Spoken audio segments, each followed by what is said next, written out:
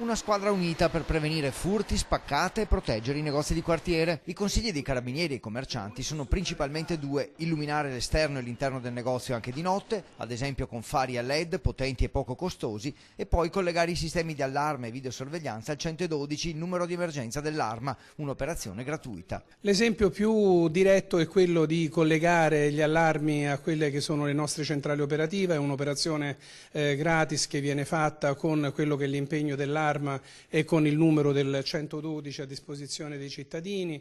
Quelle che sono le segnalazioni su una mail che abbiamo dato disponibile per quanto riguarda i furti. Un progetto di vicinanza al territorio che parte dall'Arcella, coinvolgendo commercianti, cittadini e associazioni di categoria. L'Arcella è una specie di laboratorio per quanto riguarda l'impegno. Ci sono, forse quella che è la parte anche più in evoluzione, anche ricca di novità da un punto di vista, no, delle iniziative. Altri consigli: limitare gli oggetti di valore esposti in vetrina, ritirandoli alla sera, evitare di mostrare contemporaneamente più prodotti a più clienti, prestare attenzione a automobili e persone sospette, trasmettendo targa e modello ai carabinieri. L'allarme collegato con la centrale del 112 poi è un grande aiuto. Avere una telecamera con un'angolatura su una strada principale significa prevenire, significa allo stesso tempo anche intervenire in un modo chirurgico, quindi sapendo che cosa si sta cercando, e allo stesso tempo si dirigono così le macchine sul territorio